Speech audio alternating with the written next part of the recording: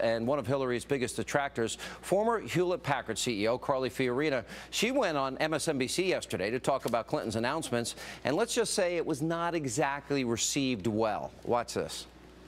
You ran for Senate and lost. You worked for John McCain. You were moved off that campaign and he lost. You had a tenure at Hewlett-Packard that a lot of people describe as extremely rocky, destroying jobs and destroying the company's reputation. Are you really the right person to be criticizing Hillary Clinton's accomplishments or lack thereof?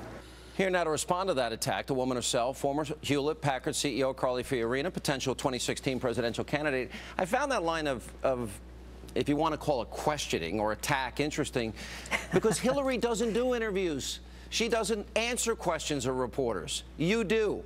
What's your reaction?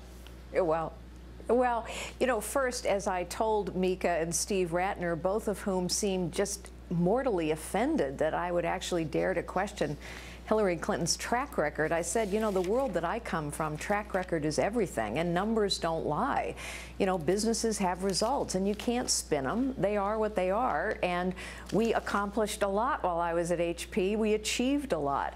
So I will run on my track record, and I think it's important that we force Hillary Clinton to run on her track record. It is a track record of lack of accomplishment. It is a track record of lack of transparency.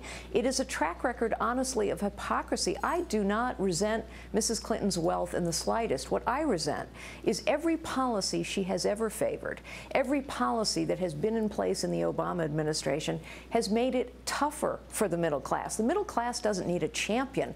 The middle class needs the political class, personified by Hillary Clinton, to get out of their way so that they could go on and build a life for themselves. I mean, this is a cute little photo op. We can put that back up on the screen, and she's sitting behind her is a Snap-on toolbox, and maybe it has an alternator on top of it. She travels around in private jets, gets $200,000 a speech, is a multi-millionaire, has multi-million-dollar homes in a number of cities. She lives a lap of luxury, and then she's attacking the rich and playing class warfare. But when you look at her actual accomplishments, her State Department wouldn't designate Boko Haram a terrorist organization. She called Assad in Syria a reformer.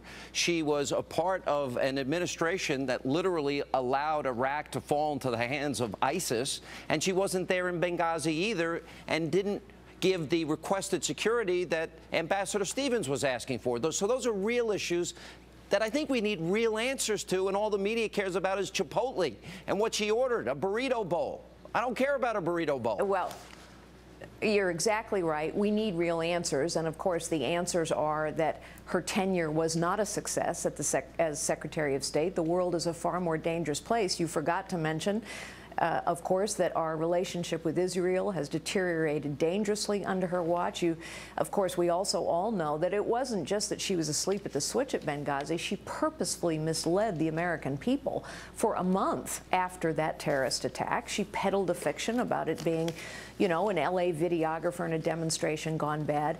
But I think, again, the policies that Mrs. Clinton supports are all about crony capitalism, because crony capitalism is created by big government. When you have a big, powerful, costly, complicated, corrupt government, which is what we have a lot more of under Barack Obama, and we would have even more under Hillary Clinton, only the big, the powerful, the wealthy, and the well-connected can survive. It's called crony capitalism, and that's why the middle class, honestly, they don't need a champion. They need a break from big, powerful, overreaching government, and they need a break from Hillary Clinton. Maybe she could take off those Anna Wintour glasses and maybe give the money back that she took from countries that have atrocious human rights records with women. Carly, good to see you. Thanks for being with us. Nice to see you.